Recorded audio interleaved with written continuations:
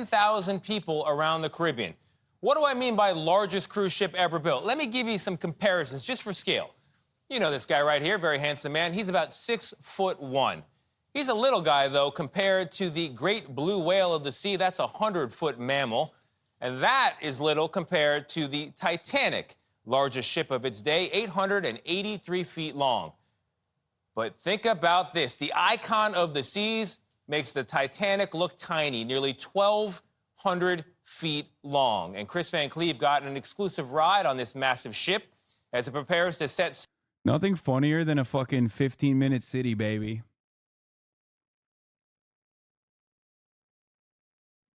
The monetization of posting on Twitter gets suspended if you cash too many notes, so they think they're depriving you of revenue by brigading your shit. That's hilarious. They think I fucking gave my payment information to Twitter. Are you on crack cocaine? Are you out of your fucking mind? I don't trust Elon Musk as far as I can throw him.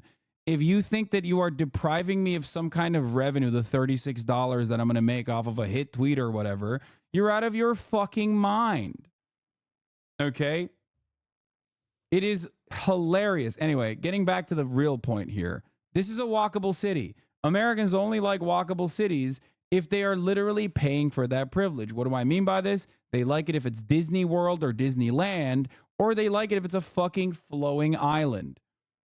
Okay? Sail with passengers. It's on a test cruise now, and he's joining us off the coast of the Bahamas. Chris, the way I like to think about this, it's like the Empire State Building lay outside and floated around the Caribbean. Good morning to you. Well, good morning from the Bahamas. You know, there used to be a saying in the travel world that cruising was for the newlywed and the nearly dead. That is not the case anymore, particularly as Americans are spending big on experiences. Royal Caribbean answered with something truly huge. This ship is a destination unto itself that also happens to stop at a lot of really cool places along the way, and it is paying off big time for Royal Caribbean, because if you want to get on the Icon, you may have to wait until 2026. Welcome aboard the Icon of the Seas, a $2 billion floating resort. At nearly 1,200 feet long, she is the world's largest cruise ship, with 20 decks, 2,805 staterooms for up to 7,600 passengers, who can enjoy 7 pools, including the biggest on any ship, the world's first onboard water park with 6 water slides, theaters, a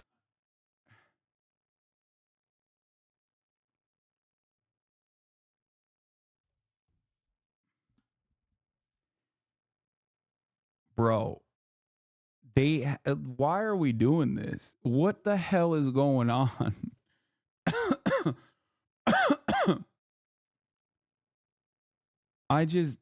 Americans love walkable cities if you pay for it, and it bulldozes endangered reefs everywhere it goes. What is this? Why is chat so anti-cruise? It's disgusting.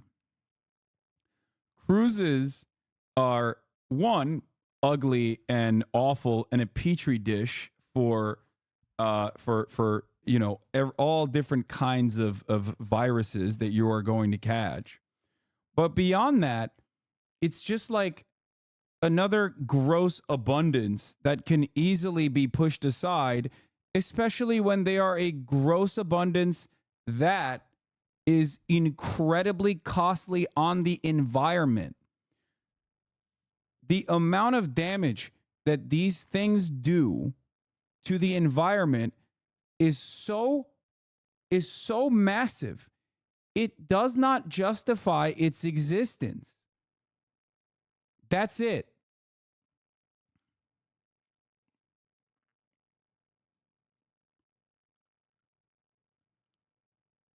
I don't know. Well, yeah, cruises in Europe emit more emissions than all the cars in Europe. It's like, it is really, really strange that, like, there is a massive multi-billion-dollar industry related to massive multi-billion-dollar industry that is just simply not worth it by any fucking metric. And beyond that, like there's real commerce happening with vehicles, okay? This is nothing. It's purely for funsies. And there are better substitutes. Yeah, I mean, okay, fair. People that say, why are you trying to take away jobs from the Pinoy gang is correct. When I found out that 25% of every ship like is manned by Filipinos, that's when my mentality on this shifted a little bit. 100%. It's like the number one industry. Yes, Swagapinos occupy 25% of all ships. Like they work only 25? What do you mean, dude?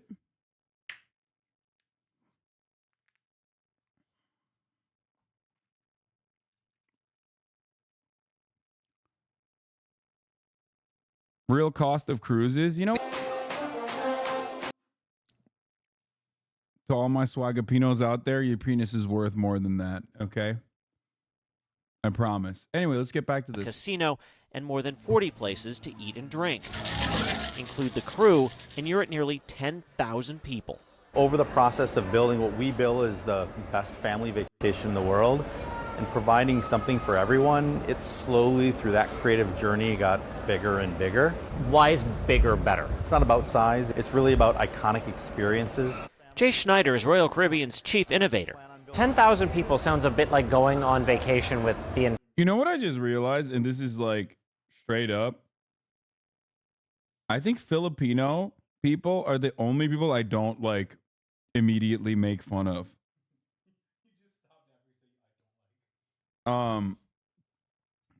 Like every other group of person on the planet, I have either made fun of directly or indirectly. Filipinos are the only people, Swagapinos are the only people I don't make fun of at all. Much respect. That pause didn't helpful. This is so distasteful. You should talk about more about worker exploitation. How have you made fun of Jews? Do tell us. How have I mean, I make jokes about everybody. I mean, I don't make fun of Jews, but I do make fun of Israelis a lot. We did the Chabad tunnels. There was a whole ass video.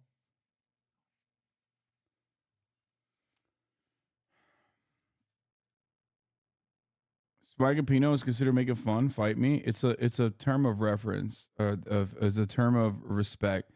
You never make fun of Africans.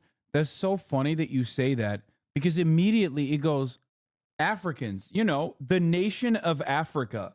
Every white guy, every fucking white guy on the planet immediately goes, yeah, why don't you make fun of Africans? First of all, I make fun of the North African region regularly and countries within it. I make fun of South African people also.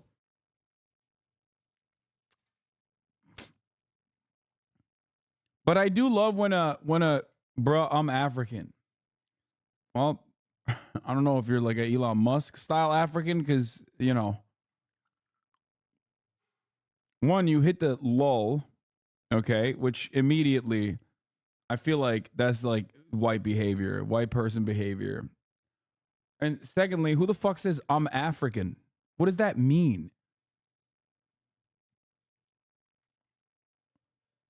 I will never understand this when people say I'm African or why don't you make fun of Africa?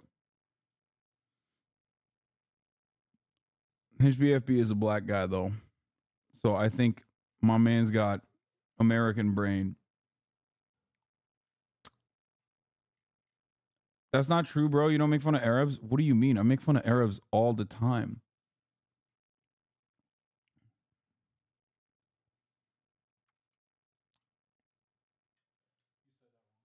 What? What do you mean, bro? Yeah. What's wrong with being African? What? That's not what I'm saying. It's like I think he's just American. I think Flying Oblivion is just like a black American. That's why he said I'm African.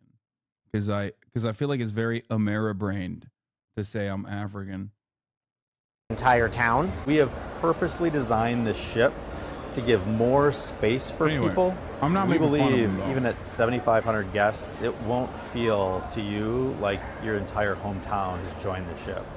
While the average stateroom for a 7-day Caribbean cruise costs about $3,500 for 2 people, they've Look at this guy, Osama. Not only do you make fun of us, you also deeply insult us by claiming your food. I'm sorry, motherfucker, but shawarma, turns out, is literally Turkish. Okay? Suck on that, Arabs. Okay? You feel me? Don't come at me ever again with that. I didn't even know that myself. I thought shawarma was originally the Arab version of doner, right? Turns out, it actually is literally it's just Turkish. It's just Turkish. Okay? It's just Ottoman. No, it's not Greek. No, it's not Greek. Oh my God. Now you're going to make everybody. Let me tell you something. When you say there's nothing that turns like conflict between Arabs and Turkish people quickly away from the actual main point of contention and directed directly at you, like claiming that a food that is like from the region is Greek or Israeli. Okay? Especially Israeli. Everyone gets mad at the Israeli thing. But like if you say something is like Greek, immediately both all the Lebanese people, all the Syrian people, all the other like Arab people will be like, that's fucking bullshit. Shut the fuck up. Yeah, I saw the Israeli feta concept. Like, listen, here's the thing, okay? It's a part of it's a, come on, man, don't put us with the Israelis. See? Isn't like every Mediterranean food from Greece? No, Greek has its own food.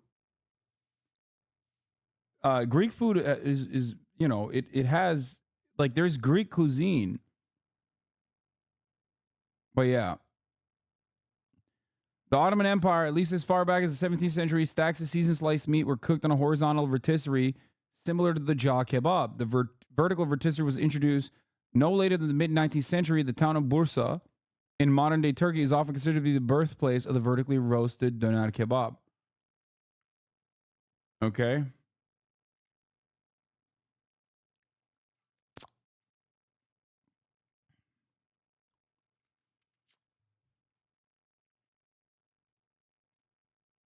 Bro, you're so food nationalist. You claim Italian food is Turkish food? No, I would not.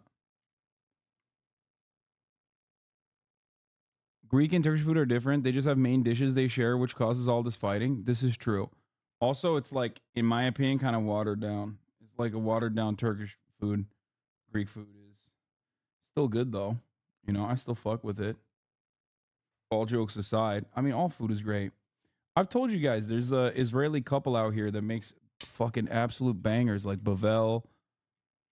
Like, I don't give a shit. Good food is good food regardless. Make them stop this culinary revisionism.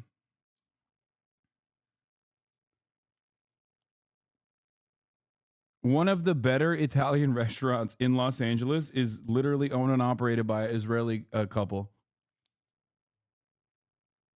Bestia.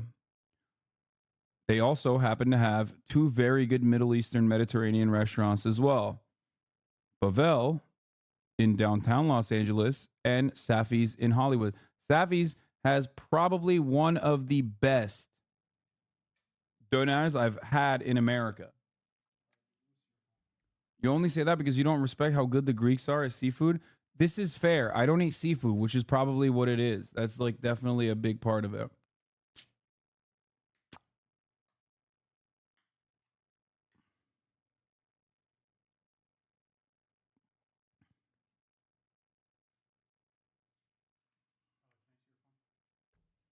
What? Yeah, sure. Hold on. What do you had want? no problem Why? selling this ultimate family townhouse. Oh, it's 3 not- stories with room for 8. The table is a touchscreen loaded with games and a slide good for kids of any age. And here. It goes for up to $100,000 per trip. The Royal Loft is more for the high roller without kids. 2 bedrooms, know, bro. private What hot the tub, fuck? and a huge balcony can be yours, starting at 40 grand. Cruise critic, editor in Rob was chief, sitting here Colleen because he was McDaniel. hungry, it turns out. He Bigger was is waiting for better his for a fucking lot of food people, right? that he It ordered means on my more phone. people can experience something. It means that there's a lot more amenities and activities on board the cruise ship. But it bigger is also better for the cruise lines, right? The more people they can put on a cruise ship, of course, the better business they do, the more money they make. It took my breath away. When Kevin Curran saw the grandeur of this new enormous ship and that giant dome, Like, what news? Like, why are they doing this? Is those newsworthy coverage? I'm from where people don't really distinguish where in Africa we're from, because we usually all West African and Muslim. What? Where I'm from, I'm Senegalese, bro. Where I'm from, people don't really distinguish where in Africa. Wait, what the fuck? Why didn't you just say you're Senegalese?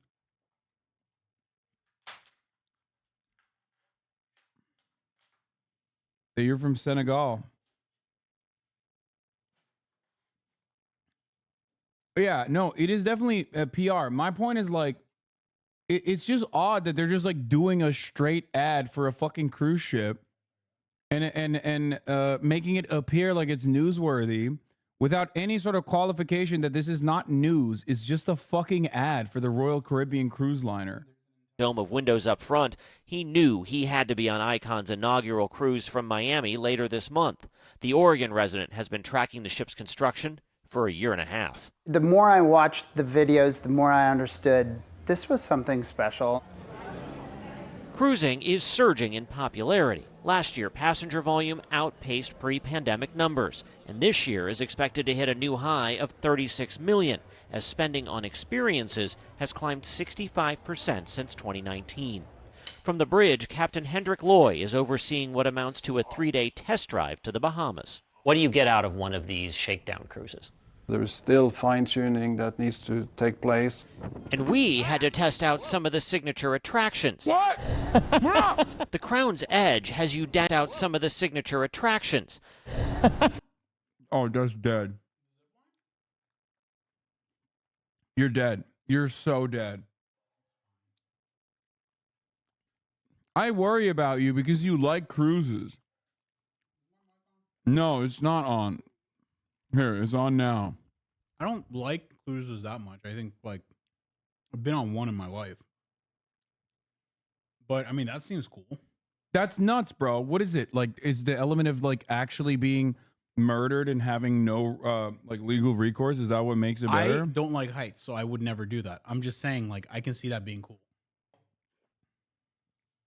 Like, we can debate cruises and, you know, the industry of cruise lines and, you know, their worker practices or whatever, right? Labor practices. Sure. Debate it all day long. I'm just saying that looks cool.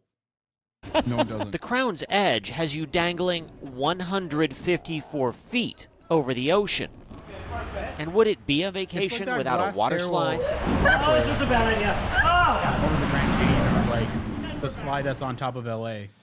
Now, Like, we did I get a don't lot like of that, questions about but people COVID do. with so many people on board. Royal Caribbean says they have worked with health experts to roll out new health and safety protocols on board. There's a heavy emphasis on hand washing, and each of the individual staterooms has its own individual filter. Guys, they have a heavy emphasis on hand washing. We're good. You know what's funny? COVID is the least of your fucking problems at that point. It's literally a hotbed for all matter of different diseases. I don't think that COVID's the main issue. I think it's like, oh, if the next thing comes up, we're screwed. I mean, I don't think they give a shit is my point. Oh, the cruise lines know, but